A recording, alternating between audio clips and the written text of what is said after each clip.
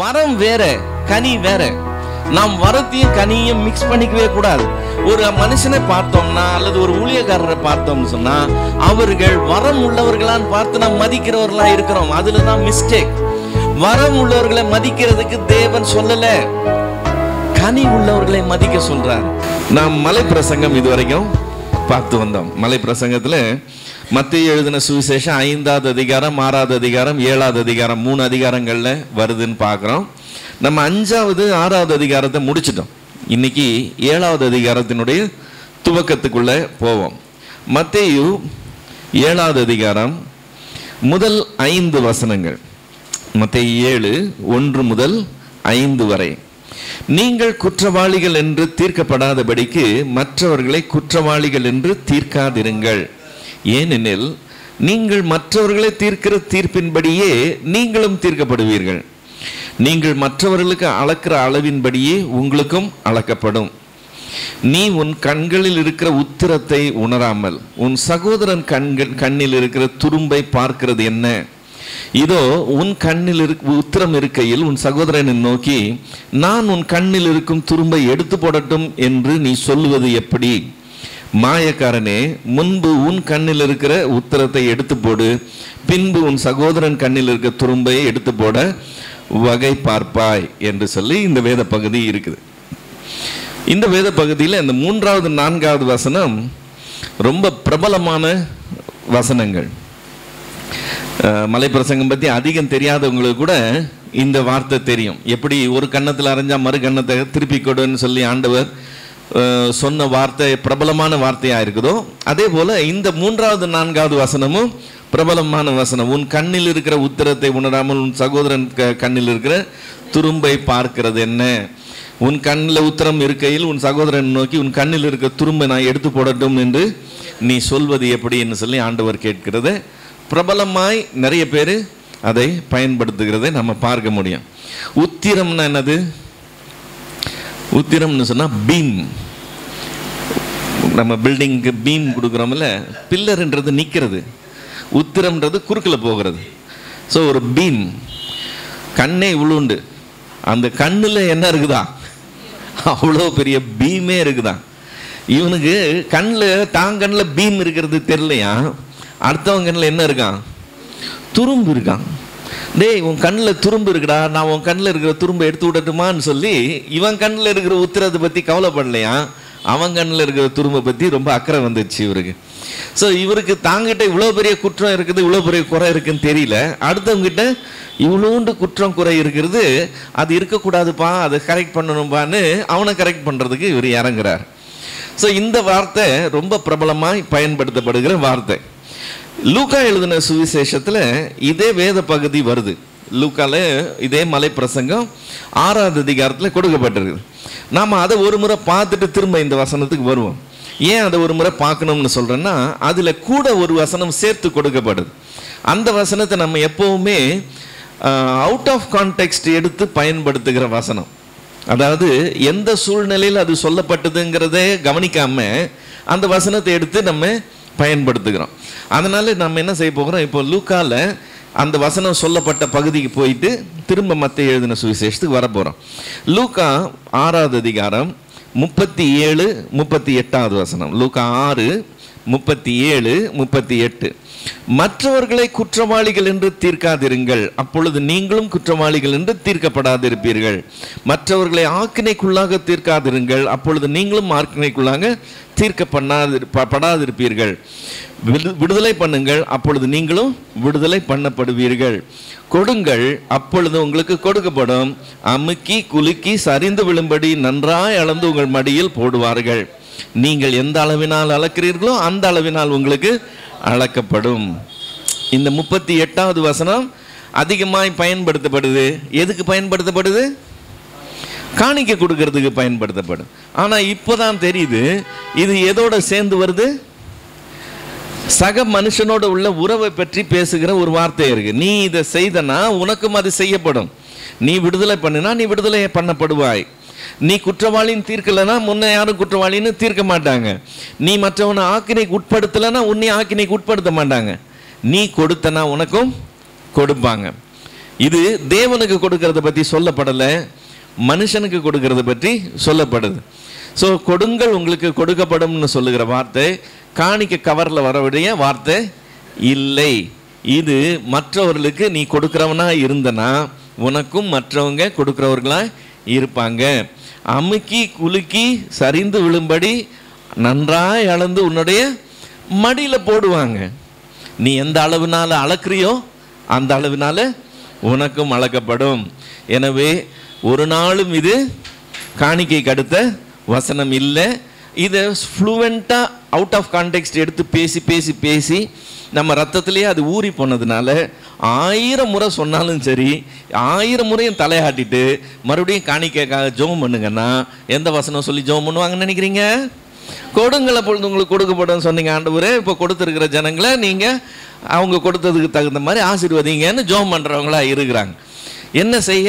இன்னும் 1000 முறையாவது சொல்லுவோம், இல்லைங்க இது காணிக்கைக்குள்ள வசனம் இல்லைன்னு சொல்லி திரும்பியும் சொல்லுவோம். வேறு வழி இல்லை. ஏன்னா இது தலைமுறையாக பழகிட்டாங்க. இதை திடீர்னு இன்னைக்கு சொன்னால் ஒரே நாளில் மாற்ற முடியாது. ஸோ இப்போ நம்ம மறுபடியும் லூக்கா எழுதின சுவிசேஷத்துக்கு வருவோம். மத்தேயு எழுதின சுவிசேஷத்துக்கு வருவோம். மத்தேயு 7ஆம் அதிகாரத்தில் என்ன வார்த்தையெல்லாம் வருது? நீங்கள் குற்றவாளிகள் என்று தீர்க்கப்படாதபடி மற்றவர்களை குற்றவாளிகள் என்று தீர்க்காதிருங்கள். நீங்கள் மற்றவர்களை தீர்க்கிற தீர்ப்பின்படியே நீங்களும் தீர்க்கப்படுவீர்கள். நீங்கள் மற்றவர்களுக்கு அளக்கிற அளவின்படியே உங்களுக்கும் அளக்கப்படும். ரொம்ப தெளிவாக வந்துருச்சுல இங்கே. நீங்கள் மற்றவர்களுக்கு அளக்கிற அளவின்படியே. லூக்கா அதை சொல்லலை. நீங்கள் எந்த அளவினால் அளக்கிறீர்களோன்னு சும்மா பிளைனாக சொன்னதுனால அதை காணிக்கைக்கு திருப்பிட்டோம். மத்தேயில் உள்ள வார்த்தையை காணிக்கைக்கு திருப்ப முடியாது. நீங்கள் மற்றவர்களுக்கு அளக்கிற அளவின்படியே உங்களுக்கும் அளக்கப்படும் என்று சொல்லியிருக்கு. ஒரு வழக்க சொல் இருக்கு, பார்த்துக்கங்க. பழமொழி மாதிரி ஒரு வழக்க சொல். என்ன சொல்றாங்கன்னு சொன்னா, ரொம்ப சுலபமானது, எல்லாருமே செய்யக்கூடியது, அதே சமயத்தில் அது அற்பத்தனமானது. நான் மறுபடியும் சொல்றேன், ரொம்ப சுலபமானது, யாருமே என்னால் செய்ய முடியாதுங்கன்னே சொல்ல முடியாது, எல்லாராலையும் செய்ய முடியும். ஆனால் அது ரொம்ப அற்பத்தனமானது, சில்லறத்தனமான ஒரு விஷயம். அது என்னதுன்னு சொன்னால், மற்றவங்களை குறை சொல்றது. இது ஈஸி. டீ கடையில் டீ ஆத்துறவன் கிரிக்கெட்டில் கோலி இதை செஞ்சிருக்க கூடாது, கோலி இப்படி செஞ்சிருந்தா சரியா இருந்திருக்கும்னு சொல்லுவான். இவனை பேட்டை பிடிச்சது கிடையாது, இவர் கிரிக்கெட்டை விளையாடினது கிடையாது, ஒன்றுமே தெரியாது. ஒன்றுமே தெரியாதுங்கிறதுனால அந்த பெரிய காரியத்தை பற்றி இவர் கமெண்ட் அடிக்கிறதுக்கு தடையே கிடையாது. அவர் செஞ்சதில் ஒரு குறை இருக்குங்கிறத சொல்கிறது இவருடைய தலையாய கடமை. ஸோ மற்றவர்களுடைய குறையை பேசுறது சுலபமான காரியம், எல்லாராலையும் செய்ய முடிஞ்ச காரியம். ஆனால் அது பாராட்டுக்குரிய நல்ல காரியம் கிடையாது. அது என்ன காரியம்? அற்பத்தனமான ஒரு காரியம்.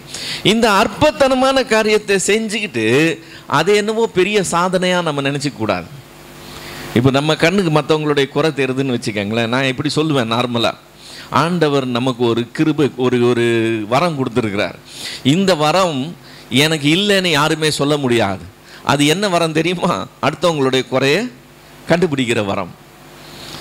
எல்லார் கண்ணுக்குமே எல்லாருடைய குறையும் தெரியுது. எல்லாம் பேசினாரு கடைசியில் பற்றியா, இது இந்த சிஸ்டரை பார்த்தீங்களா, அவங்கள பார்த்தீங்களா, இவங்கள பார்த்தீங்களான்னு எல்லாருடைய குறையும் நமக்கு நல்லா தெரிகிற காரியமாக இருக்குது.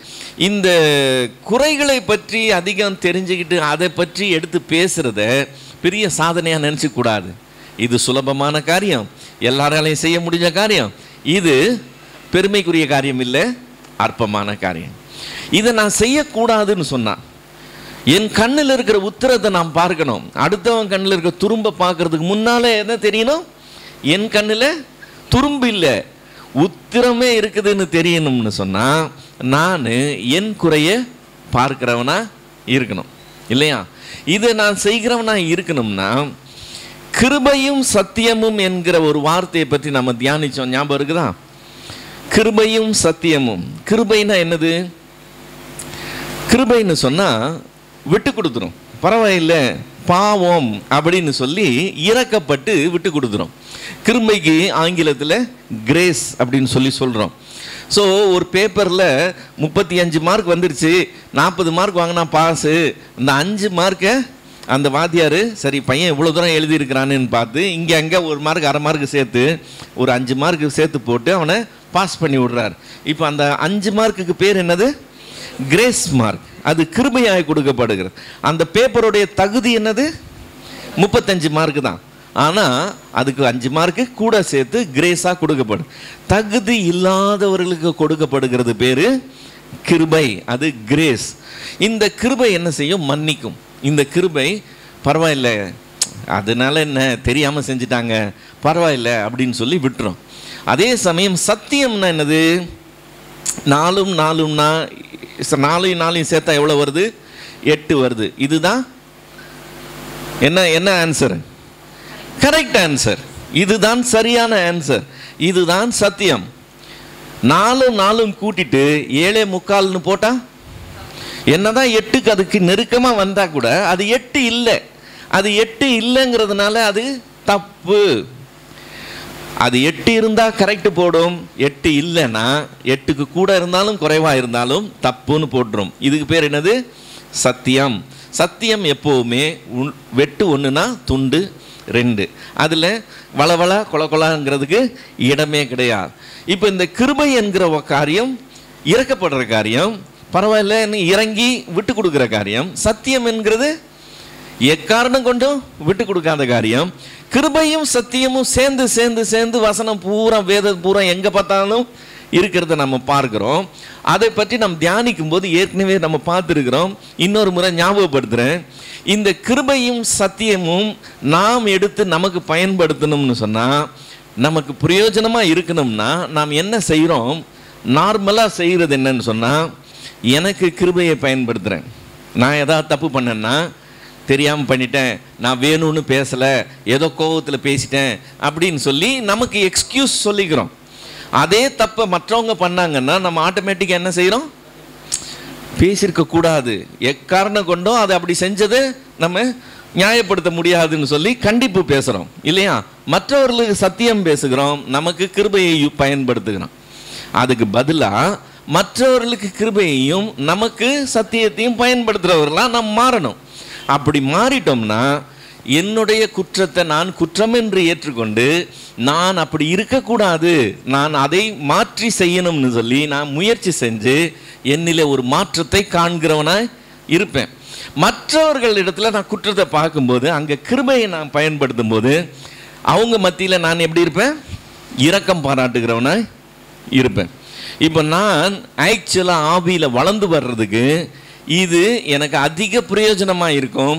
கிருபையை மற்றவர்களுக்கும் சத்தியத்தை நமக்கும் பயன்படுத்துகிறவர்களாக இருந்தோம்னா, இந்த கிருபையும் சத்தியத்தை நம்ம இப்படி பயன்படுத்தினோம்னு சொன்னால், மற்றவனுடைய பார்வையில் இருக்கிற கண்ணில் இருக்கிற துரும்பை நாம் பார்க்குறதுக்கு முன்னால் நம்ம கண்ணில் இருக்கிற உத்திரத்துக்கு முக்கியத்துவம் கொடுக்குறவர்களாக இருப்போம். ஆனால் பொதுவாய் அப்படி இருக்கிறது இல்லை. பொதுவாய் எப்படி இருக்குது? மற்றவர்களுடைய குறைகளை காண்கிறதுல தான் நம்ம எக்ஸ்பர்ட்ஸாக இருக்கிறோம். நம்முடைய குறைகளை நிறைய டைம் நம்ம கவனிக்கிறது கூட இல்லை. அதனால தான் வேதமே இப்படி சொல்லுது, தன் பிழைகளை உணர்கிறவன் யார் அப்படின்னு சொல்லி. சங்கீதங்களின் புஸ்தகம் 19வது சங்கீதம் 12வது வசனத்தில் பார்க்கிறோம், தன் பிழைகளை உணர்கிறவன் யார் என்று சொல்லி. ஸோ இது ஒரு சவாலான காரியம். யார் அப்படின்னு சொல்லி வசனம் கேட்டுச்சுன்னா என்ன அர்த்தம்? அப்படி செய்கிறவங்க ரொம்ப குறைவுன்னு அர்த்தம். அப்படி செய்கிறவங்க மற்றவங்களோட கொஞ்சம் வித்தியாசமானவங்க, அது ரொம்ப நல்ல ஒரு வரவேற்கப்படத்தக்க ஒரு காரியம் அப்படின்னு சொல்லி அர்த்தம். தன் பிழைகளை உணர்கிறவர்களாய் நீங்களும் நானும் இருக்கணும். அப்படி இல்லாமல் என் கண்ணில் உத்தரம் இருக்கிறது தெரியாமல் மற்றவங்க கண்ணில் உள்ள துரும்ப நான் எடுக்கிறவனா இருந்தேன்னா ஆண்டவர் எனக்கு என்ன பேர் கொடுக்குறாரு? மத்தேயு எழுதின சுவிசேஷம் 7வது அதிகாரத்தில் அந்த 5வது வசனத்தில் என்னென்ன ஆரம்பிக்குது? மாயக்காரனேன்னு ஆரம்பி. ஆண்டவர் நம்மளை பார்த்து என்னன்னு சொல்லுவார்? மாயக்காரனேன்னு சொல்லுவார். உன் கண்ணில் இருக்கிற உத்தரத்தை எடுத்து போட முதல்ல வகைப்பாரு, அதுக்கப்புறமா அடுத்தவன் கண்ணில் இருக்கிற துரும்பை பற்றி நீ யோசிக்கலாம்பா அப்படின்னு சொல்லி சொல்கிறார். ஸோ நான் தேவனால மாயக்காரன் அழைக்கப்பட கூடாது. நான் எனக்கு சத்தியத்தை பயன்படுத்துகிறவனா இருக்கணும். என்னிலே குறை இருக்கான்னு பார்த்து என் குறையை தீர்த்து கொள்ளுகிறதுல குறை என் சின்னது தான், துரும்பு தான். அடுத்தவன் கண்ணில் பெரிய உத்திரமே இருக்குது, என் கண்ணில் துரும்பு தான் இருக்குன்னா கூட துரும்பு கண்ணில் இருக்க கூடாது. அதை எடுத்து போட்டு தான் அடுத்த வேலையே. ஸோ அடுத்தவன் கண்ணில் என்ன இருக்குன்றதை நம்ம அப்புறம் பார்ப்போம். முதல்ல நம்ம கண்ணில் என்ன இருக்குங்கிறத நாம் பார்க்கிறவர்களாக இருக்கணும். இதை செய்கிறது சாதாரண விஷயம் கிடையாது, இது ரொம்ப கடினமான விஷயம். அதனால தான் ஆண்டவர் சொல்லும்போது சொல்கிறாரு, மத்திய 7வது அதிகாரம் 12வது வசனம், மத்திய 7:12, ஆதலால் மனுஷர் உங்களுக்கு எவைகளை செய்ய விரும்புகிறீர்களோ அவைகளை நீங்களும் அவர்களுக்கு செய்யுங்கள், இதுவே நியாய பிரமாணமும் தீர்க்க தரிசனங்களுமாம்னு சொல்றார். நியாய பிரமாணமும் தீர்க்க தரிசனங்களுமாம்னா என்ன அர்த்தம்? அதுதான் மொத்த பைபிளேன்னு அர்த்தம். இந்த வார்த்தை இன்னொரு இடத்துல வருது தெரியுமா? நியாய பிரமாணமும், இதுவே நியாய பிரமாணமும் தீர்க்க தரிசனங்களுமாம்னு சொல்லி எந்த இடத்துல வருது ஞாபகம் இருக்கா? பிரதான கற்பனை எதுன்னு ஆண்டவர் இடத்துல கேட்கப்படுது. ஆண்டவரே பிரதான கற்பனை எதுன்னு வாசிக்கலாம். மத்திய எழுதின சுவிசேஷம் 22வது அதிகாரம் 35லேருந்து 40 வரைக்கும். மத்திய 22:35லேருந்து 40 வரைக்கும். அவர்களில் நியாய சாஸ்திரி ஒருவன் அவரை சோதிக்கும்படி, போதகரே, நியாய பிரமாணத்தில் எந்த கற்பனை பிரதானமானது என்று கேட்டான். இயேசு அவனை நோக்கி, உன் தேவனாகிய கர்த்தரிடத்தில் உன் முழு இருதயத்தோடும் முழு ஆத்மாவோடும் முழு மனதோடும் அன்பு கூறுவாயாக, இது முதலாம் பிரதான கற்பனை. இதற்கு ஒப்பாய் இருக்கிற இரண்டாம் கற்பனை என்னவென்றால், உன்னிடத்தில் அன்பு கூறுக போல பிறனிடத்திலும் அன்பு கூறுவாயாக என்பதே. இவ்விரண்டு கற்பனைகளிலும் நியாய பிரமாணம் முழுமையும் தீர்க்க தரிசனங்களும் அடங்கி இருக்குதுன்னு சொல்றார். இப்போ தேவனாகிய கர்த்தரிடத்தில் அன்பு கூறுகிறது போல, அதாவது தேவனாகிய கர்த்தரிடத்தில் முழு ஆத்மாவோடும் முழு பலத்தோடும் முழு பலத்தோடும் அன்பு கூறுவாயாக அப்படின்னு சொல்லிட்டு, அதற்கு ஒப்பா இருக்கிற இன்னொன்று ரெண்டாவது என்னது, உன்னிடத்தில் அன்பு கூறுவது போல பிறனிடத்தில் அன்பு கூறுவாயாக. இந்த ரெண்டுத்தை மட்டும் செஞ்சுட்டேன்னு வச்சுக்கோமே, மொத்த பைபிளே நீ செஞ்சிட்ட மாதிரின்னு. இப்போ தேவனிடத்தில் அன்பு கூறுகிறத பற்றி அதிகம் சொல்ல வேண்டியதே இல்லை, அடுத்த இடத்துல அன்பு கூறுகிறது தான் சொல்லிக் கொடுக்க வேண்டியதாக இருக்குது. ஏன்னா நம்ம அறியாமல் நம்ம மேலே மட்டும் அன்பு கூறுகிறவர்களாக இருக்கிறோம். கிருபையை நமக்கு யூஸ் பண்ணிக்கிட்டு மற்றவங்ககிட்ட சத்தியத்தை பயன்படுத்துகிறவங்களாக இருக்கிறோம். அப்படி செய்யாதீங்க. அதுக்கு பதிலாக உன்னிடத்தில் நீ எப்படி அன்பு கூறுகிறே அதே மாதிரி மற்றவனிடத்துல அன்பு கூறுன்னு சொல்லி வசனம் சொல்லுது. இந்த வார்த்தை இருக்குது பார்த்தீங்களா, இந்த ரெண்டாம் கற்பனை. இந்த ரெண்டாம் கற்பனையை யாக்கோபு சொல்லும்போது ராஜரீக பிரமாணம்னு சொல்லுகிறதை பார்க்கிறோம். யாக்கோபு 2வது அதிகாரம் 8வது வசனம். யாக்கோபு 2:8, உன்னிடத்தில் நீ அன்பு கூறுகிறது போல பிறனிடத்திலும் அன்பு கூறுவாயாக என்கிற வேத வாக்கியம் சொல்லுகிற ராஜரீக பிரமாணத்தை நீங்கள் நிறைவேற்றினால் நன்மை செய்வீர்கள் என்று சொல்லி வசனம் சொல்லுது. இது ராஜரீக பிரமாணமா? ஆண்டவர் இதை பிரதான கற்பனைன்னு சொல்றார். இவன் சொல்லும்போது என்ன சொல்றான்? இது ராஜரீக பிரமாணம் என்று சொல்லுகிறான். ஸோ நியாய பிரமாணமும் தீர்க்க தரிசனங்களையும் நிறைவேற்றுகிற காரியம் இந்த பிரதான கற்பனையை கை கொள்ளுகிறது. அதே போல மொத்த பைபிளையும் மொத்த நியாய பிரமாணத்தையும் தீர்க்க தரிசனங்களையும் நிறைவேற்றுகிற மற்றொரு காரியம் என்னது? மற்றவங்க உனக்கு என்ன செய்யணும்னு நினைக்கிறியோ அதையே நீ மற்றவங்களுக்கு செய்கிறவங்களா இருக்கணும். இப்போ நார்மலாக நம்ம என்ன செய்வோம்? நம்ம இடத்துல அன்பு கூறுகிறவங்கிட்ட நம்ம அன்பு கூறுவோம். நம்மளை பழித்து பேசுகிறவங்க கிட்ட நம்மளும் பழித்து பேசுகிறவர்களாக இருப்போம். உனக்கு என்ன செய்யப்படுதோ அதுக்கு பதில் தான் நீயும் செய்கிறவனா இருக்கிற. ஆண்டவர் கொஞ்சம் அதை மாற்றி சொல்கிறார். என்னன்னு மாற்றி சொல்கிறாரு? நீ இதுவரைக்கும் இப்படி இருக்கிறது, ஆனால் இனிமேல் எப்படி இருக்கணும்? உனக்கு என்ன செய்யணும்னு மற்றவங்க என்ன செய்யணும்னு விரும்புறியோ அதை நீ மற்றவங்களுக்கு செய்கிறவனா இருன்னு சொல்கிறார். இப்போ யோசிச்சு பாருங்க, கிருபை இருக்குது, சத்தியம் இருக்குது. மற்றவங்க உங்கள் மேலே கிருபையாக இருக்கணும்னு நினைக்கிறீங்களா? சத்தியத்தை பாராட்டணும்னு நினைக்கிறீங்களா? மற்றவங்க எல்லாம் நம்மக்கிட்ட கிருபையாக இருக்கணும்னு தான் நினைக்கிறோம் இல்லை? நம்ம செஞ்ச எந்த தவறையுமே தவறுன்னு அவங்க எடுத்துக்கூடாது. அதை ரொம்ப கிரேஷியஸாக ஹேண்டில் பண்ணணும். நம்மக்கிட்ட அவங்க ரொம்ப இரக்கமாக இருக்கணும், நம்மக்கிட்ட தயவாக இருக்கணும், நமக்கு விட்டு கொடுக்கணும். இதெல்லாம் நம்ம விரும்புகிறோம். ஆனா மனுஷர் உங்களுக்கு என்ன செய்யணும்னு நீங்க விரும்புறீங்களோ அதை நீங்க என்ன செய்யுங்க, அவங்களுக்கு செய்யுங்க. நீங்க எந்த அளவுனால அளக்குறீங்களோ அந்த அளவுனால உங்களுக்கு அளக்கப்படும்னு சொல்றார். இப்போ விளங்குதுங்களா? இப்போ நாம மற்றவங்களிடத்துல பழகிற பழக்கத்துல நாம் அவங்க எப்படி இருக்கிறாங்களோ அதுக்கேற்ற மாதிரி நாம் இருக்கிறோம். அப்படி இருக்கக்கூடாதா? நம்மிடத்துல எப்படி அவங்க நடந்து கொள்ளணும்னு சொல்லி நாம் விரும்புகிறோமோ அதே மாதிரி நாம அவங்களிடத்துல நடக்கணுமா? அப்போ அவங்க நம்ம நடந்ததுக்கு ஏற்ற மாதிரி அவங்க நடக்கிறவங்களா இருப்பாங்க. காரியத்தை முற்றிலுமாய் மாற்றக்கூடிய ஒரு காரியம் இதுதான். நம்மளுடைய உறவுகளில் நம்ம எப்போ பார்த்தாலும் நிறைய காரியங்களில் முறித்து கொண்டு இருக்கிறது, ரொம்ப வைராக்கியம் பாராட்டுறது, இதெல்லாமே என்னன்னு சொன்னால் அவங்க என்கிட்ட இப்படி இருந்துட்டாங்க அதனால் நான் இப்படி இருக்கிறேன், என்னை பற்றி இப்படி பேசிட்டாங்க அதனால் நான் இப்படி இருக்கிறேன், அவங்க என்னிடத்துல கோபமாக இருக்கிறாங்க அதனால் நானும் விலகி இருக்கிறேன். இப்படி தான். தப்பே பண்ணிட்டா கூட சரி, தப்பே பண்ணால் கூட நான் தப்பு பண்ணியிருந்தா அவங்க என்ன செய்யணும்னு நினைக்கிறேன், மன்னிக்கணும்னு நினைக்கிறேன், அதை பெருசாக எடுத்துக்கூடாதுன்னு நினைக்கிறேன். அப்போ நான் என்ன செய்யணும், நான் மன்னிக்கணும், நான் அதை பெருசாக எடுத்துக்கூடாது. நான் அதை மன்னித்து நான் அதை பெருசாக எடுத்துக்கலைங்கிற பட்சத்தில் நான் என்ன செய்கிறேனோ அதை அவங்க எனக்கு செய்கிறவங்களா இருப்பாங்க. இதை நாம் நம்முடைய வாழ்க்கையில் செயல்பாட்டில் கொண்டு வந்தோம்னு வச்சுக்கோங்களேன், நம்முடைய உறவுகளில் நாம் இருக்கிற சூழ்நிலைகளில் கம்ப்ளீட்டாக ஒரு மாற்றம் உண்டாகிறத நம்மால் பார்க்க முடியும். இது இந்த வேத பகுதி நமக்கு மற்றவர்களை எப்படி, அதாவது மற்றவங்களை மாற்றுறது நம்ம வேலை கிடையாது, ஆனால் நாம் நடந்து கொள்ளுகிற விதத்தில் மற்றவர்கள் மாறுவார்கள். ஏன்னா நீங்கள் என்ன செய்கிறீங்களோ அதுக்கு தான் அவங்க பதில் செய்ய போகிறாங்க. நாம் என்ன செய்ய போகிறோம், மற்றவங்க நமக்கு என்ன செய்யணும்னு நினைக்கிறோமோ அதை நாம் செய்ய போகிறோம். அப்போ அவங்க என்ன செய்வாங்க, நாம் என்ன நினைக்கிறோமோ அதை நமக்கு செய்வாங்க. ஸோ ரொம்ப ஈஸியான ஒரு காரியம் பார்த்துக்கங்க, ஆனால் செய்து பாருங்கள், ரொம்ப இன்ட்ரெஸ்டிங்காக இருக்கும். ஏன்னா நம்ம பழக்கப்பட்டது ரியாக்ட் பண்ணி பழக்கப்பட்டுட்டோம். இப்போ நம்ம என்ன செய்யணும், அவங்கள ரியாக்ட் பண்ண வைக்கணும், நம்ம விரும்புகிறபடி அவங்கள ரியாக்ட் பண்ண வைக்கணும். ஸோ இது ரொம்ப ஒரு வித்தியாசமான ஒரு டீச்சிங். இதை செய்து பார்த்தோம்னா அந்த டிஃப்ரென்ஸ் என்னன்னு நமக்கு தெரியும். இப்போ மத்தேயு எழுதின சுவிசேஷம் 7வது அதிகாரம், மத்தேயு 7:6, பரிசுத்தமானதை நாய்களுக்கு கொடாதீங்கள், உங்கள் முத்துக்களை பன்றி முன் போடாதீங்கள், போட்டால் தங்கள் கால்களால் அவைகளை மிதித்து திருப்பி கொண்டு உங்களை பீறி போடும் அப்படின்னு இந்த வசனம் ஒரே ஒரு வசனமாக முடியுது. இந்த ஒரு வசனம் பின்னாடி இருக்கிற இன்னொரு வேத பகுதியோட சேர்ந்தது. 15லேருந்து 20 வரைக்கும் அடுத்த வேத பகுதி இருக்குது பாருங்க.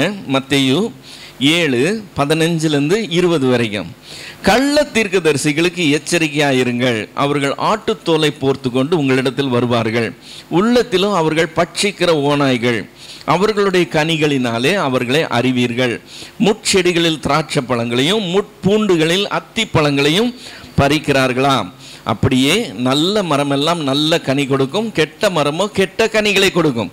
நல்ல மரம் கெட்ட கனிகளை கொடுக்க மாட்டாது, கெட்ட மரம் நல்ல கனிகளை கொடுக்க மாட்டாது. நல்ல கனி கொடாத மரமெல்லாம் வெட்டுண்டு அக்கினியிலே போடப்படும், ஆதலால் அவர்களுடைய கனிகளினாலே அவர்களை அறிவீர்கள். இந்த வேத பகுதியும் அந்த 6வது உள்ள வேத பகுதியை நம்ம சேர்த்து பார்க்க போகிறோம். ஏன் தெரியுமா, இதில் மனிதர்களை வகை பிரிக்கிற வேத பகுதி. நம்ம எல்லாரும் பார்க்குறோம், எல்லாருக்கிட்டே நார்மலாக பழகிறோம், ஆனால் ஒவ்வொருத்தருடைய குணாதிசயங்கள் வித்தியாசம். எல்லாரும் ஒரே மாதிரி ஆட்கள் கிடையாது, வெவ்வேறு விதமான ஆட்கள். இங்கே 3 விதமான ஆட்களை பற்றி சொல்லுது. முதல் வகைரா என்னது, நாய்கள்னு சொல்லி ஒரு வகைராவை கொடுக்கப்படுது. 2வது வகைரா என்னது, பன்றிகள் என்று சொல்லி ஒரு வகைரா கொடுக்கப்படுது. அந்த 15வது வசனத்தில் வகைரா என்னது, கள்ள தீர்க்கதரிசிகள் என்று சொல்லி ஒரு வகைராவை பற்றி இங்கே பேசுது.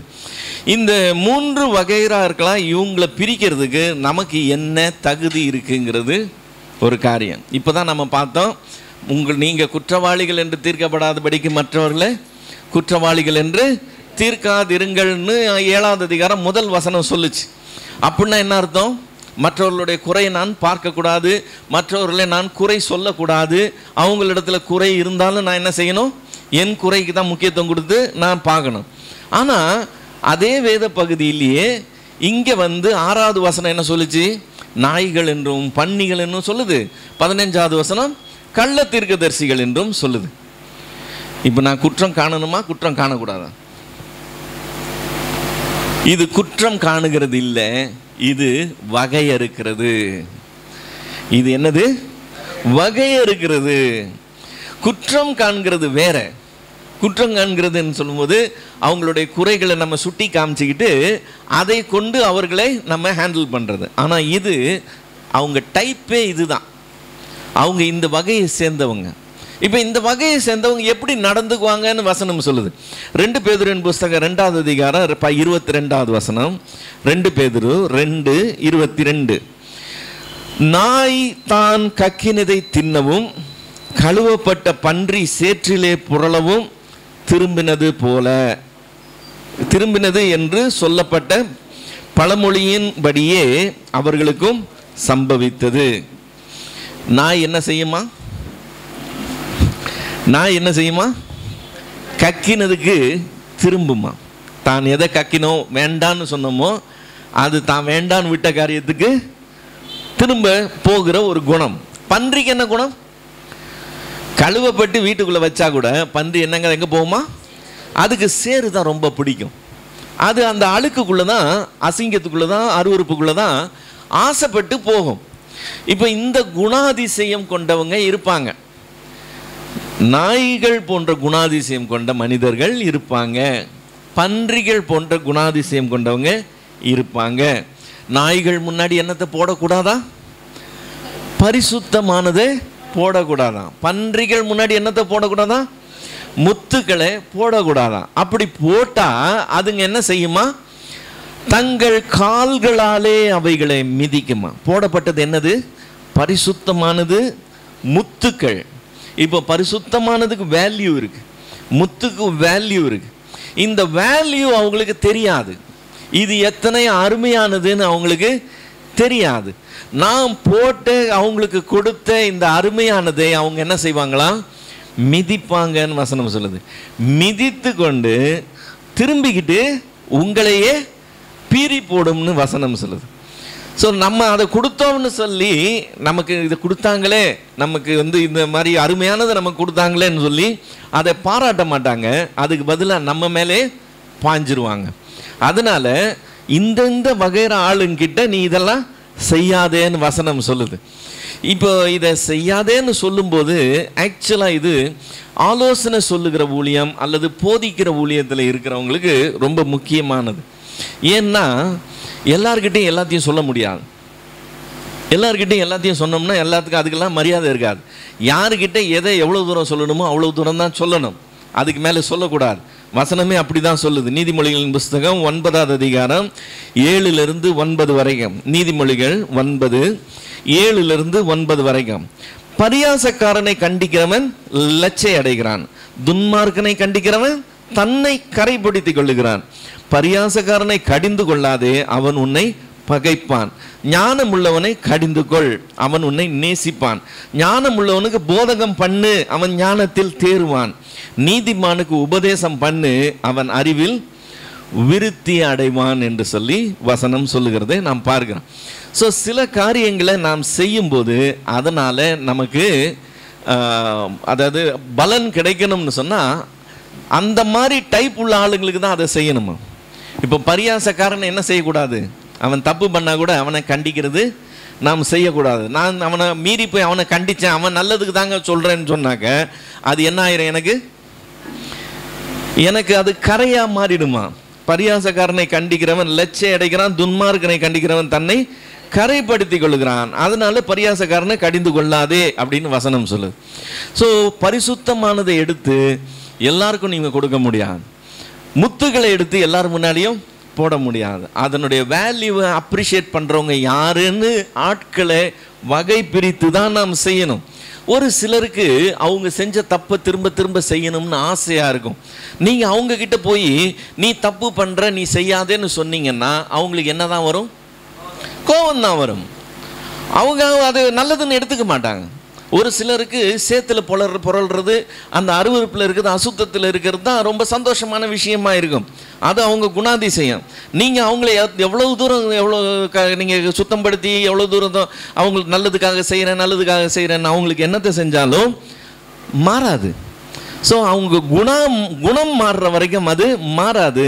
எனவே இதில் நாம் ஜாக்கிரதையாக இருக்கணும். ஆட்களை வகை பிரிக்கிறவர்களாக நாம் இருக்கணும்னு வேதம் சொல்லுது. குற்றவாளிகள் என்று தீர்க்காதிருங்கள்னு சொல்லும்போது வகை பிரிக்காம வெளுத்ததெல்லாம் பாலுன்னு கண்ணை மூடிக்கிட்டு எல்லாம் ஒன்று தான் நினைச்சக்க கூடாது. எல்லாம் ஒன்று இல்லை. தாகத்தோடு இருக்கிறவங்க இருப்பாங்க, அவங்களுக்கு நீங்கள் தண்ணி கொடுத்தீங்கன்னா குடிப்பாங்க. திருப்தியாக இருக்கிறவங்க இருப்பாங்க, நீங்கள் எவ்வளோ தண்ணி கொடுத்தாலும் அவங்க குடிக்க மாட்டாங்க. ஏன்னா அவங்களுக்கு தண்ணி தாகம் இல்லை. அப்போ வகைரா இருக்குது, வித்தியாசம் இருக்குது. யாருக்கு கொடுக்கணும்னு இருக்குது, யாருக்கு கொடுக்கக்கூடாதுன்னு இருக்குது, யாருக்கு தேவைன்னு இருக்குது, யாருக்கு தேவையில்லைன்னு இல்லை இருக்குது. நமக்கு ஆண்டவர் அந்த தன்மையை கொடுத்துருக்கிறார். நாம் என்ன செய்யணும்? ஆட்களை வகை பிரிக்கிறவர்களாக இருக்கணும். இது குற்றம் காண்கிற காரியம் கிடையாது. பிரதர், மற்றவங்கள நீங்கள் அப்படியெல்லாம் பார்க்கக்கூடாது பிரதர், எல்லாத்தையும் நீங்கள் அந்த மாதிரி நீங்கள் இவங்க இப்படிப்பட்டவங்க இவங்க இப்படிப்பட்டவங்கன்னு சொல்கிறதெல்லாம் உங்கள் வேலை இல்லை பிரதர்னு சொல்கிறாங்க. அது அப்படி இல்லை. இதே வசனம் 1வது வசனத்தில் குற்றவாளிகள் என்று தீர்க்காதிருங்கள் இருக்குது. 6வது வசனத்தில் நாய்கள் உள்ள குணம் உள்ளவங்களும் இருக்கிறாங்க, பன்னிகள் குணம் உள்ளவங்களும் இருக்கிறாங்கன்னு அதே அதிகாரத்தில் தான் இருக்குது. அதனால் அதையும் இதையும் நம்ம குழப்பிக்கொள்ளக்கூடாது. நாம் மற்றவர்களிடத்தில் வசனத்தை சொன்னாலும் சரி, உபதேசத்தை சொன்னாலும் சரி, ஆலோசனை சொன்னாலும் சரி, யாருக்கிட்ட எவ்வளோ தூரம் எப்படி செய்யணுமோ அப்படி தான் செய்யணும். இல்லைன்னா உங்கள் நன்மை தூஷிக்கப்படுறதுக்கு நீங்கள் இடம் கொடுக்குறவர்களா ஆயிடுவீங்க. இப்போ கள்ள தீர்க்கதரிசிகள் என்று சொல்லி ஒரு வகைராவை பற்றி 15வது வசனத்திலேருந்து இருக்கு. யார் இந்த கள்ள தீர்க்கதரிசிகள்? அவங்கள பார்த்தா கள்ள தீர்க்கதரிசிகளாக தெரியாது. அவங்க என்ன தோல் போர்த்துக்கிட்டு வருவாங்களா? நாம் எல்லாரும் ஆடுகள், அவங்க நம்ம மத்தியில் ஆடுகள் போல இருப்பாங்க, நம்மளை மாதிரியே இருப்பாங்க. அவங்க தேவ பிள்ளைகள் போலவே இருப்பாங்க, விசுவாசிகள் போலவே இருப்பாங்க, ஊழியக்காரர் போலவே இருப்பாங்க. ஒன்றும் வித்தியாசமே கிடையாது. ஆனால் ஒரே வித்தியாசம் என்னன்னு சொன்னால், ஒரிஜினலாக அவங்க ஆடு இல்லை, ஆட்டு தோலை போர்த்திக்கிட்டு இருக்கிறாங்க. அவங்க ஒரிஜினலாக யாரு?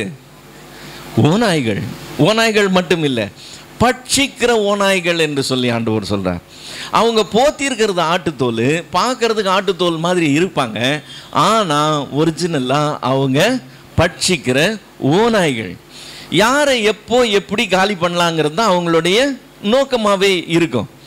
இப்போ கள்ள தீர்க்கதரிசிகள் எங்கே இருப்பாங்கன்னு வசனம் சொல்லுது? கள்ள தீர்க்கதரிசிகள் தனியாக இருப்பாங்கன்னு சொல்ல, கள்ள தீர்க்கதரிசிகள் உங்கள் மத்தியில் தான் இருப்பாங்க. கள்ள தீர்க்கதரிசிகள் உங்கள் மத்தியில் இருப்பாங்க. நீங்கள் என்ன செய்யணும்? கள்ள தீர்க்கதரிசிகள் யாருன்னு சொல்லி நாம் தான் அவர்களை அடையாளம் காண வேண்டியிருக்கும். இப்போ நிறைய பேருக்கு கள்ள தீர்க்கதரிசிகள் இருக்கிறாங்க, கள்ள உபதேசங்கள் இருக்குன்னு சொன்னோடனே ரொம்ப ஒரு ஃபீலிங் அதிகமாயிடும். ஏன் ஆண்டவர் இப்படியெல்லாம் அலோவ் பண்ணியிருக்கிறாரு? நாங்களே அப்பாவி ஜனங்களாக இருக்கிறோம் இல்லை, எங்களுக்கு வாயில் விரல் வச்சா கூட கடிக்க கூட தெரியாது, நாங்கள் அப்பாவிங்க. எங்கள் மத்தியில் கள்ள தீர்க்கதரிசிகளை வச்சோம்னா அவங்கள நாங்கள் ஹேண்டில் பண்ணுறது, அவங்க எங்களை ஈஸியாக ஏமாத்திடுவாங்களே. ஏன் ஆண்டவர் இதெல்லாம் அனுமதிக்கணும் அப்படின்னு சொல்லி சொல்கிறது உண்டு. ஆண்டவர் ஏன் அனுமதிக்கிறாருன்னு சொல்லி வேதமும் நமக்கு சொல்லலை. ஆனால் ஆண்டவர் அனுமதிக்கிறாருன்னு மட்டும் தெளிவாக சொல்லியிருக்கு. இவங்க எங்கேருந்து முளைக்கிறாங்கன்னு வசனம் சொல்லுது. மத்தேயு எழுதின சுவிசேஷம் 13வது அதிகாரம், மத்தேயு 13:24 30 வரைக்கும் உள்ள வசனங்களில் ஆண்டவர் சொல்கிற ஊமையில் அதை எக்ஸ்பிளைன் பண்ணுறாரு. ஒரு மனுஷன் தன்னுடைய நிலத்தில் என்னத்தை விதைச்சானா? கோதுமையை விதைத்தான். அது கோதுமையை விதைச்சிட்டான். மனுஷர் நித்திரை பண்ணுகையில் சத்ரு எதை விதைக்கிறான்? களைகளை விதைத்துட்டு போயிட்டான். இப்போ செடி வளருது, செடி வளர்ந்து கதிர் விடுது, அப்படின்னா இலை விடுது, முளை விடுது. முளை விடும்போது தான் தெரியுது என்ன இருக்குன்ட்டு. கோதுமை இதுவும் இருக்குது, பயிரும் இருக்குது, அதே டைமில் களைகளும் இருக்குன்னு அப்போ தான் தெரியுது. உடனே ஊழியக்காரர் கேட்குறாங்க, என்ன எஜமான்னு, நீங்கள் நல்லது தானே விளைவிச்சிங்க, களைகள் எப்படி வந்துச்சுன்னு. எஜமான் என்ன சொல்கிறான்? அவைகளை சத்ரு செய்தான். இப்போ நாங்கள் என்ன செய்யிட்டோம்? போயிட்டு களைகளெல்லாம் பிடுங்கி போட்டுட்டுமான்னு சொல்லி கேட்குறாங்க. ஆண்டவர் சொல்கிறாரு, நீங்கள் களைகளை பிடுங்குறேன்னு சொல்லிட்டு கோதுமையும் சேர்த்து டேமேஜ் பண்ண போகிறீங்கப்பா, அதனால் விட்டுருங்க. ரெண்டு வளர்ந்து வரட்டும். அறுப்பு காலம் வரும் இல்லை, அப்போ அறுக்கும்போது கோதுமையை தனியாக சேர்த்துருவோம், களைகளெல்லாம் தனியாக சேர்த்துருவோம். கோதுமையை களஞ்சியத்தில் சேர்த்துருவோம், களைகளெல்லாம் அக்கினியில் போட்டுடலாம் அப்படின்னு சொல்லி சொல்கிறான். எந்த விவசாயியும் இதை செய்ய மாட்டான். எல்லா விவசாயியும் என்ன செய்வாங்க? களைகளை பிடுங்கிறது அறுப்புக்கு முன்னாடி வர விஷயம். அறுப்பு வரைக்கும் களைகளை வளர விட மாட்டாங்க. அப்படி வளர்ந்தா என்ன ஆகும்? செடிக்கு போடுறதெல்லாம் அது தின்னும், கோதுமையினுடைய அவுட்புட்டு குறையும், களைகள் மற்றதை கெடுக்கும். அதனால களைகளை வளர விடக்கூடாதுன்னு பிடுங்கிடுவாங்க. களைகளை எடுக்கிறது தான் அவங்க காரியமாக இருக்கும். ஆனால் இந்த விவசாயி வித்தியாசமான விவசாயி, அறுவடை வரைக்கும் அவர் களை பிடுங்கிறத நிறுத்தி வைக்கிறார். அறுவடையில் தான் அவர் ரெண்டுத்தையும் வகை பிரிக்க போகிறேன்னு சொல்கிறார். இப்போ நம்ம மத்தியில் கள்ள தீர்க்கதரிசிகள் இருக்கிறாங்க. யார் வச்சது? சத்ருவானவன் வச்சிருக்கிறான். சத்ருவானவன் வச்சிருக்கிறான், தேவன் அதை அனுமதித்திருக்கிறார். ஸோ நம்ம இதில் வருத்தப்படுறதுக்கு ஒன்றும் இல்லை. நாம் இதை எதிர்பார்க்கணும். என்ன எதிர்பார்க்கணும்? கள்ள தீர்க்கதரிசிகள் இருப்பாங்க அப்படின்னு எதிர்பார்க்கணும். கள்ள தீர்க்கதரிசிகள் இருக்கிறாங்கன்னு ஆச்சரியப்படக்கூடாது. இருப்பாங்க. ஆட்டுத்தோல் போர்த்தின ஓநாய்கள் நம் மத்தியில் இருக்கும். நாம் அதை எதிர்பார்த்து நாம் என்ன செய்யணுமா? அது கள்ள தீர்க்கதரிசின்னு நாம் அடையாளம் காணணும். இதை தேவன் நம்மிடத்திலிருந்து எதிர்பார்க்கிறார். எப்படி அடையாளம் காண முடியும்? அவர்கள் கனியினாலே அவர்களை அறிவீர்கள் என்று சொல்லி ஆண்டவர் அதற்குண்டான வழியும் சொல்லிட்டு போயிருக்கிறார். இப்போ இந்த கனி என்கிற காரியம் வித்தியாசமான ஒரு காரியம். ஏன் கனின்ற காரியம் வித்தியாசமான காரியம்? கள்ள தீர்க்கதரிசின்னு சொல்றோம்ல, அந்த தீர்க்க தரிசனம்ன்றது என்னது? தீர்க்க தரிசனம்ன்றது என்னது? கனியா? தீர்க்க தரிசனம்ன்றது என்னது? வரம்.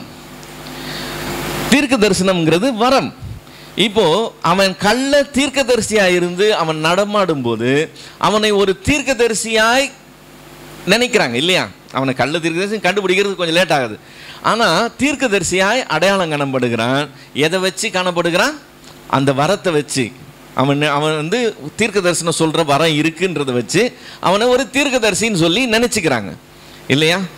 இப்போ இந்த வரம் என்கிறது ஒன்று இருக்குது, கனி என்கிறது இன்னொன்று இருக்குது. இதில் தான் கன்ஃபியூஷனே வருது. எதுக்கு வரவேற்பு இருக்குன்னு நினைக்கிறீங்க? வரத்துக்கு தான் வரவேற்பு இருக்குது. நான் ஊழியம் ஆரம்பித்த புதுசில் எனக்கு ஒரு மூத்த ஊழியக்காரர் ஒரு ஆலோசனை சொன்னார். நீங்கள் வேதத்தை பகுத்து போதிக்கிறீங்க, கரெக்டாக தான் செய்கிறீங்க, இது மட்டும் பத்தாதுன்னு சொன்னார். நீங்கள் ஊழியத்தில் வளர்ச்சியை பார்க்கணும்னு சொன்னால், நீங்கள் போகிற இடத்துலலாம் கூட்டம் வரணும்னு சொன்னால், நீங்கள் கூட சேர்த்து ஒரு காரியம் செய்யணும்னு சொன்னார். என்ன காரியம் செய்யணும்னு சொன்னார் தெரியுமா? அவர் சொல்கிறாரு, நீங்கள் தைரியமாக ஆண்டவர் நாமத்தினால பேசுகிறவங்களா இருக்கணும்.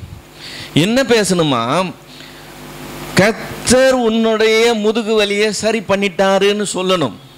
கர்த்தர் உன்னுடைய டயபெட்டிஸை சரி பண்ணிட்டாருன்னு சொல்லணும். கர்த்தர் உன்னுடைய பிபியை கரெக்ட் பண்ணிட்டாருன்னு ஆண்டவர் நாமத்தினால தைரியமாக சொல்லணும். 10 பேர் இருந்தால் கூட அங்கே இந்த ப்ராப்ளம் உள்ள 2 பேர் கண்டிப்பாக இருப்பாங்க. அவர் அனுபவத்திலேருந்து சொல்கிறார். நீ என்ன செய்யணும்? விசுவாசத்தில் இந்த வார்த்தையை அறிக்கையிடணும். நீ அறிக்கையிட்டனா கர்த்தர் உன்னுடைய விசுவாசத்தை கனம் பண்ணி அங்கே சுகம் கொடுத்துருவார். அப்படி சுகம் கிடைக்கும் போது ஜனக்கூட்டம் சேர ஆரம்பிக்கும். வெறுமனே போதிக்கிறவங்களுக்கு வரவேற்பு கிடையாது. வெறும் நீ வசனத்தை சொல்லிட்டு போனா என்ன பிரயோஜனம்? அங்கே வந்திருக்கிறவங்க தங்களுக்கு சுகம் கிடைக்கணும்னு சொல்லி ஆசைப்பட்டு வராங்க. நீ அதையும் சேர்த்து தருகிறவனா இருக்கணும். அப்போ நான் கேட்டேன், அப்போ ஆண்டவர் சொல்லாததை நான் சொல்கிறது பொய் சொல்கிறது இல்லையான்னு சொன்னேன். நீ அப்படி அதை பார்க்காத தம்பி, இதை விசுவாசத்தினால சொல்கிற அறிக்கையாக பாரு. நீ அதை விசுவாசத்தினால சொல்லு, ஆண்டவரும் விசுவாசத்தை கனம் பண்ணுவார். எனக்கு மைண்டில் ஓடுது, இது விசுவாசத்தினால பொய் சொல்கிறது இல்லையா? ஆண்டவர் சொல்ல சொன்னால் சொல்லிட்டு போகிறேன். ஆண்டவர் சொல்லாததை நானாக கற்பனை பண்ணி அப்படி 2 பேர் இருப்பாங்கன்ற தைரியத்தில் நான் சொல்கிறது ஒரு மேனிப்புலேஷன் இல்லை, அது பொய் இல்லை, அது எப்படி நான் சொல்ல முடியும் அப்படின்னு சொல்லி நான் யோசித்தேன். அவர் சொன்னார், அன்னைக்கே சொன்னார், நீ வெறுமனே போதிச்சனா யாரும் வரமாட்டாங்க. உனக்கு கூட்டம் சேரணும், உன்னுடைய ஊழியம் வளரணும், உன்னுடைய பேர் பிரபலமாகணும்னு சொன்னால் நீ செய்ய வேண்டியது இதை சேர்த்து செய்யணும்னு சொன்னார். நானும் அன்னையிலிருந்து இன்னைக்கு வரைக்கும் பார்க்குறேன், இதை சேர்த்து செய்கிறவங்க பிரபலமாக தான் இருக்கிறாங்க. ஜனங்க மத்தியில் அவங்களுக்கு வரவேற்பு அதிகமாக தான் இருக்கு. நமக்கு அது வேற கதை என்ன. ஆனால் அப்படி பொய் சொல்கிறதுக்கு வாய் வர மாட்டேங்குது. இப்போ இந்த பொய் சொல்கிறவங்களுக்கு என்ன இருக்கு? வரவேற்பு இருக்கு. ஆண்டவர் நாமத்தினால தரிசனம் கண்டேன்னு தைரியமாக சொல்கிறாங்க, தீர்க்க தரிசனமாக சொல்கிறேன்னு சொல்கிறாங்க, கர்த்தர் உனக்கு இதை செய்வார் நீ போன்னு சொல்லி தைரியமாக பேசுகிறாங்க. இந்த தைரியம் எங்கேருந்து வருது? அந்த வரவேற்பின் அடிப்படையில் வருகிற ஒரு காரியமாக இருக்கு. இப்போ இந்த வரங்களுக்கு முக்கியத்துவம் இருக்கிறதுனால இந்த வரங்களை அவர்கள் தங்களிடத்துல இருக்கிறதா காண்பித்து கொள்றாங்க. அதனால தான் அதுக்கும் வரவேற்பு இருக்கு, அதையும் நம்புறவங்களா இருக்கிறாங்க. வருஷத்துக்கு ஒரு முறை என்ன செய்யறாங்க? நான் கர்த்தருடைய பாதத்தில் உட்கார்ந்து இந்த சபைக்காக ஆண்டவர் என்ன வசனம் கொடுக்கிறாருன்னு சொல்லி கேட்டு பெற்றுக்கொண்ட வாக்குத்தத்த வசனம், அடுத்த வருஷத்துக்கு இதுதான் வாக்குத்தத்தம்னு சொல்லி வருஷம் சொல்றாங்க. டிசம்பர் மாதம் 31ஆம் தேதி ராத்திரி 12 மணி அடித்த உடனேயே இந்த வாக்குத்தத்தம் ரிலீஸ் ஆகுது. ரைட்டா? சந்தோஷம். நீ ஆண்டவர் பாதத்தில் உட்கார்ந்து அப்படி ஒரு வசனத்தை பெற்றுக்கொண்டு நீ அதை நீ கொடுத்தது ரொம்ப வரவேற்கப்படத்தக்க ஒரு நல்ல காரியம். கொஸ்டின் என்னன்னு சொன்னால், அது எப்போ நடக்க போகுது?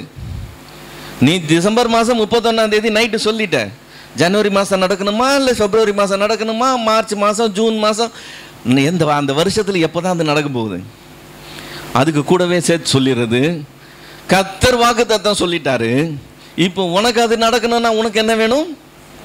உனக்கு விசுவாசம் இருக்கணும். உனக்கு அது நடக்கலைன்னு சொன்னால், உனக்கு விசுவாசம் இல்லைன்னா என் மேலே குறை இல்லைன்னு கூடவே அதுக்கு தப்பி போகிறதுக்கு ஒரு வழி சேர்த்து வச்சுக்கிறது.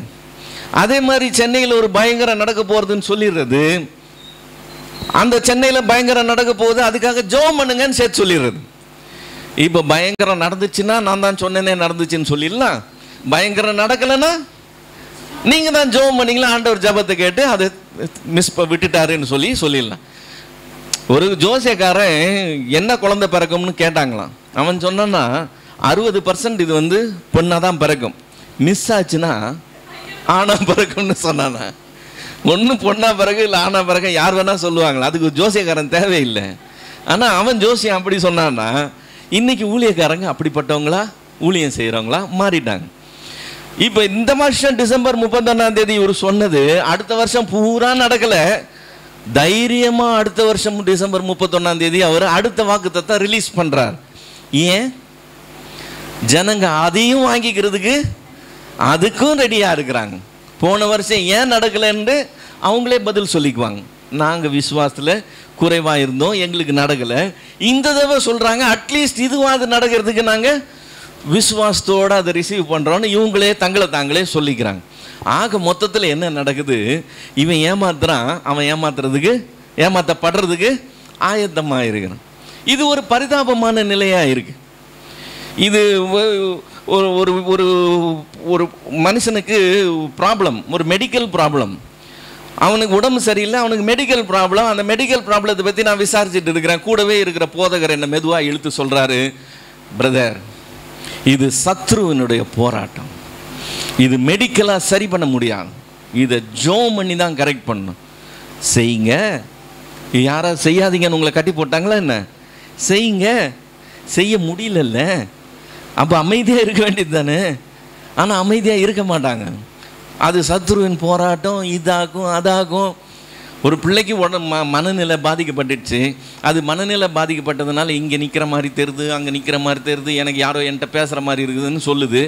இதுக்கு 4 ஊழியக்காரங்க எழும்பி நான் தரிசனம் பார்த்தேன், அவளுக்கு இந்த ஆவியை அட்டாக் பண்ணியிருக்கு, அந்த ஆவியை ரைட்டு ஆண்டவர் நாமத்தினால போன்னு சொல்லி விரட்டி ஒரு விடுதலை கொடுத்துட்டு வர வேண்டியது தானே.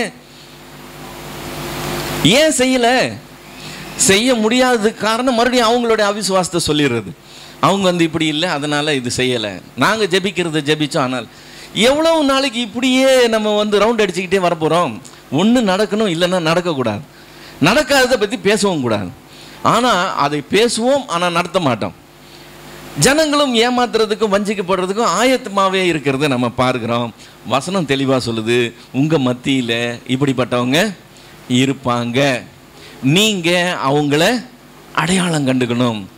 அவங்க ஆடுகள் இல்லை, ஆடுகள் போல தோல் போர்த்துக்கிட்டு இருக்கிறாங்க.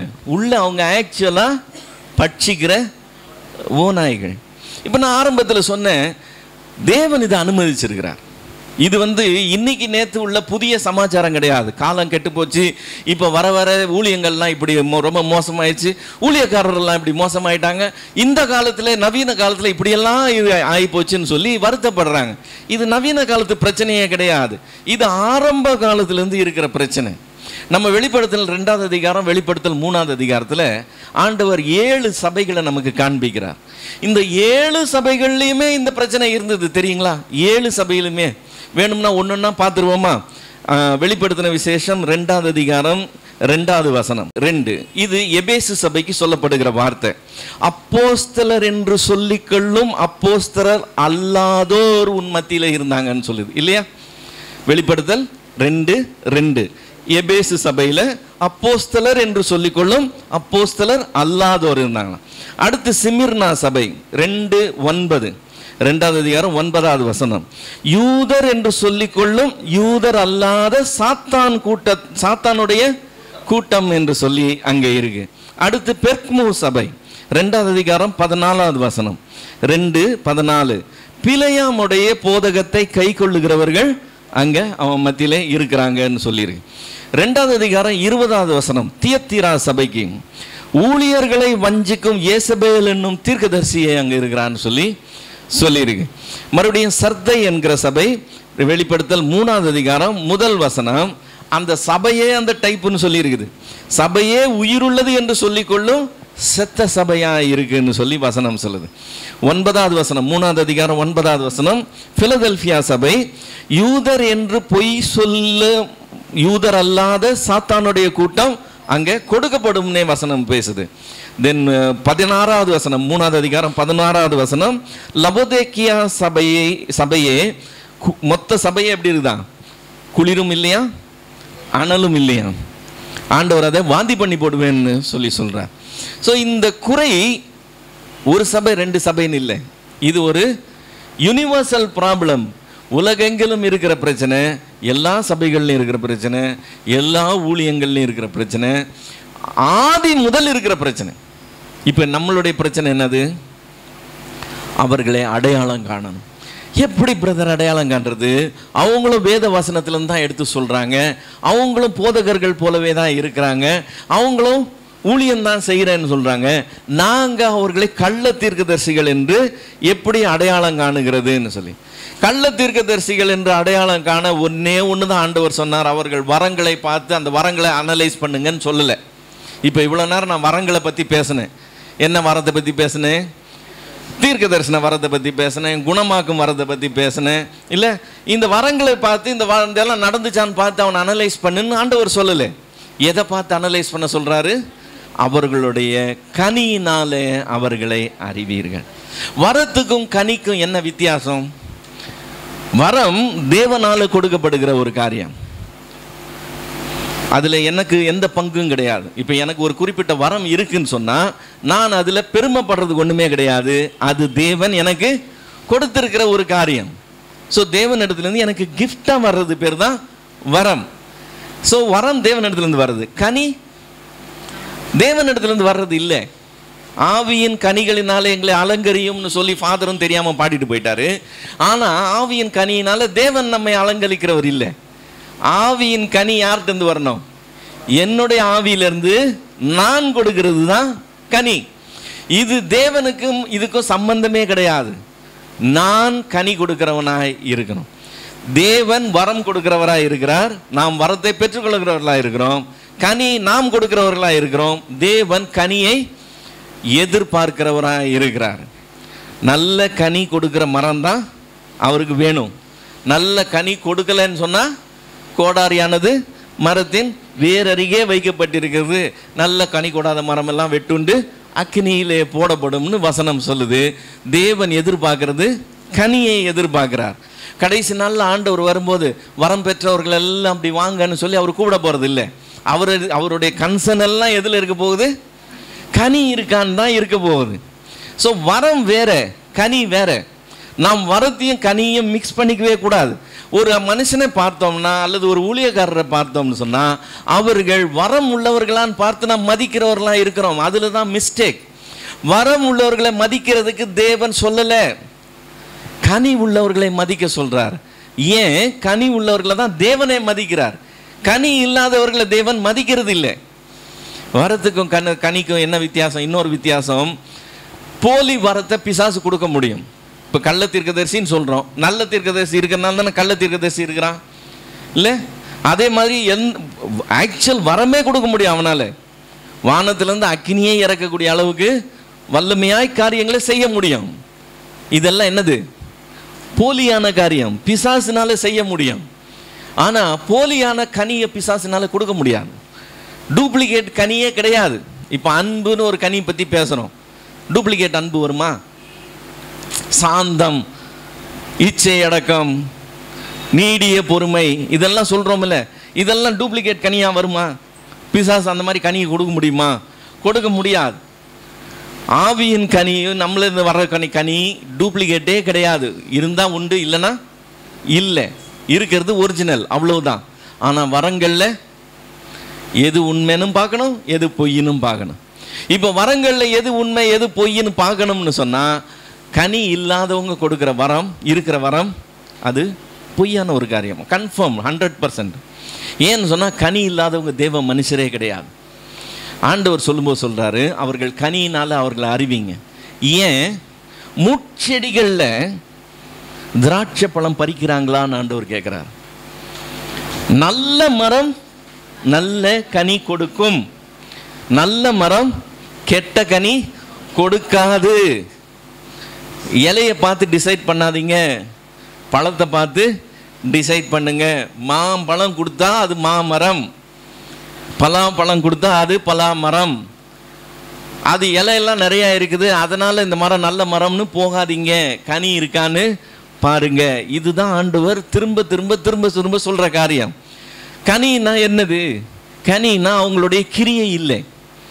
இப்போ அவங்க ஊழியம் செய்வாங்க, அவங்க ஊழியத்துக்கு நிறைய பேர் க்ரௌட் வருவாங்க. நான் தான் ஆரம்பத்திலே சொன்னேன், இதை சேர்த்து சொன்னோம்னு சொன்னால் நிறைய ஜனக்கூட்டம் வரும்.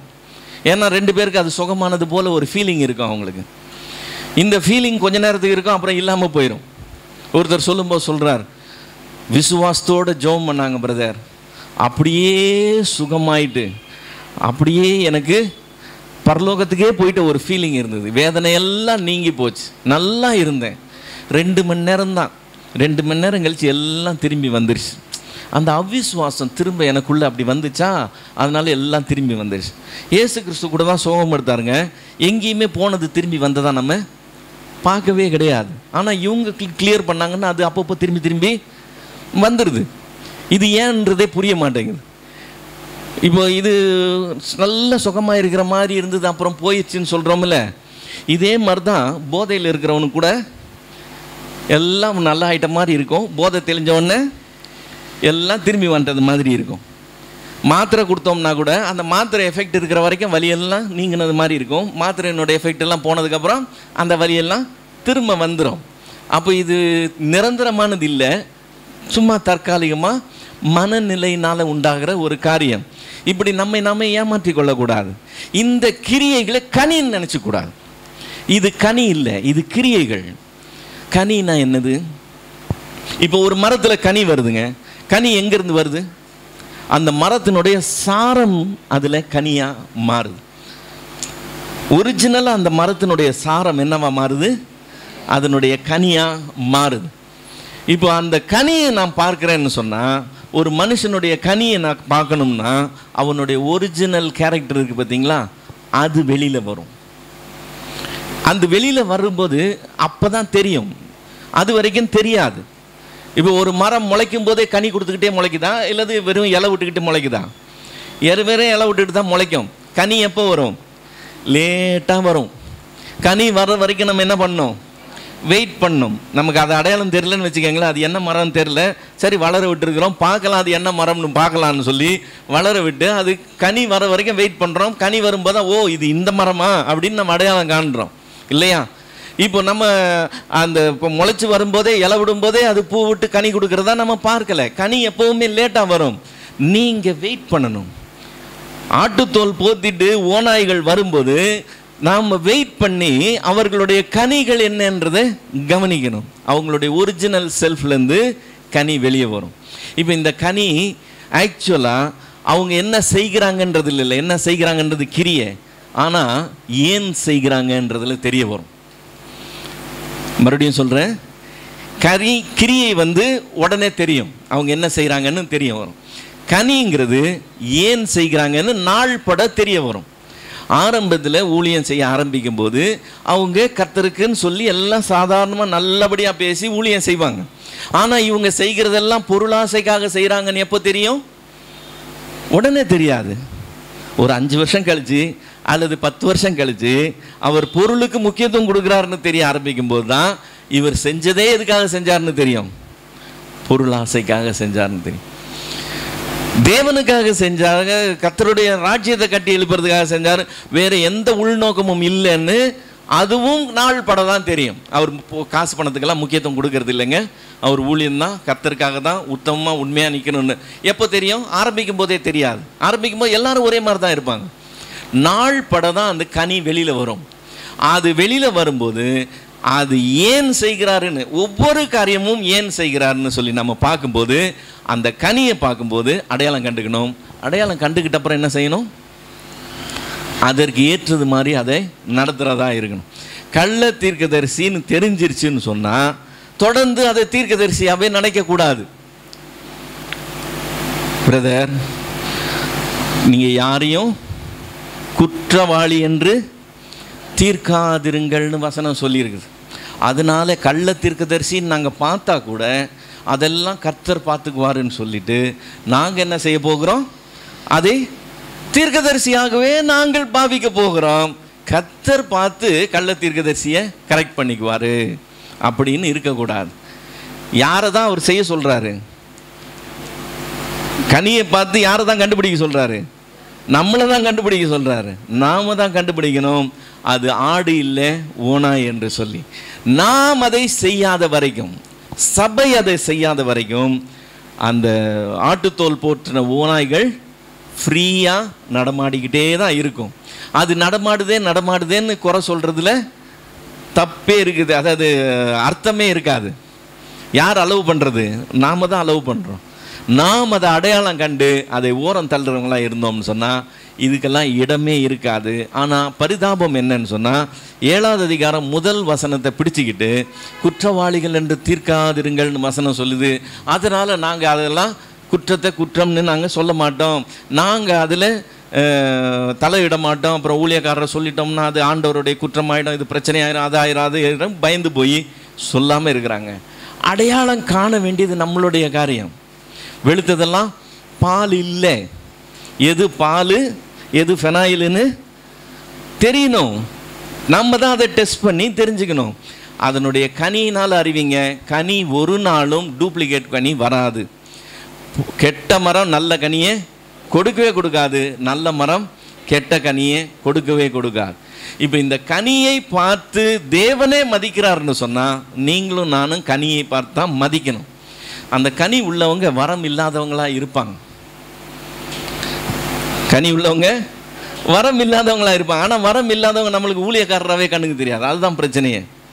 நம்ம அவங்கள ரொம்ப துச்சமாக நினைக்கிறவர்களா இருப்போம். இப்போ ப்ராப்ளம் நம்மக்கிட்ட இருக்குது. நாம் வரத்துக்கு முக்கியத்துவம் கொடுக்குறோம், கனிக்கு முக்கியத்துவம் கொடுக்காம இருக்கிறோம். தேவன் கனியை தான் முக்கியத்துவப்படுத்த சொன்னார், வரத்தை முக்கியத்துவப்படுத்த சொல்லலை. ஸோ நல்ல கனி கொடாத மரத்தெல்லாம் அவர் வெட்டி அக்கினியில் போடுற ஒரு நாள் வரப்போகுது. அது வரைக்கும் நாம் உஷாராக இருந்து எது ஓனாய் எது ஆடுன்னு நாம் தான் கவனிக்கிறவர்களாக இருக்கணும். இப்போ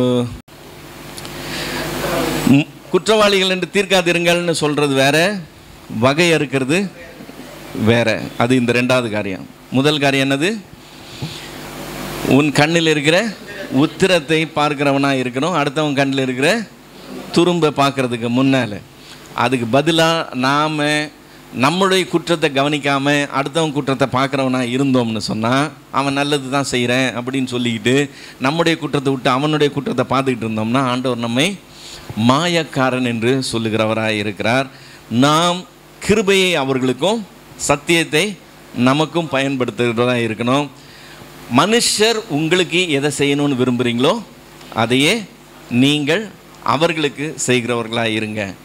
அப்போ நீங்கள் எந்த அளவினால் அளக்குறீங்களோ அந்த அளவினால அவங்க அளக்கிறவங்களாக இருப்பாங்க. இதில் எதெல்லாம் அடங்கியிருக்கான்? நியாயப்பிரமாணம் ஃபுல்லாக, தீர்க்க தரிசனம் ஃபுல்லாக இதில் அடங்கியிருக்கான். ரொம்ப சிம்பிள். மனுஷர் உங்களுக்கு எதை செய்யணும்னு விரும்புகிறீங்களோ அதை நீங்கள் அவங்களுக்கு செய்யுங்க. மன்னிக்கணும்னு விரும்புகிறீங்களா, நீங்கள் அவங்களுக்கு செய்யுங்க. விட்டு கொடுக்கணும்னு நினைக்கிறீங்களா, நீங்கள் அவங்களுக்கு செய்யுங்க. நீங்கள் அவங்களுக்கு செஞ்சீங்கன்னா அவங்க அதை உங்களுக்கு செய்கிறவங்களா இருப்பாங்க. சரி, கண்ணில் மூடி ஆண்டவர் நோக்கி பார்க்கலாம்.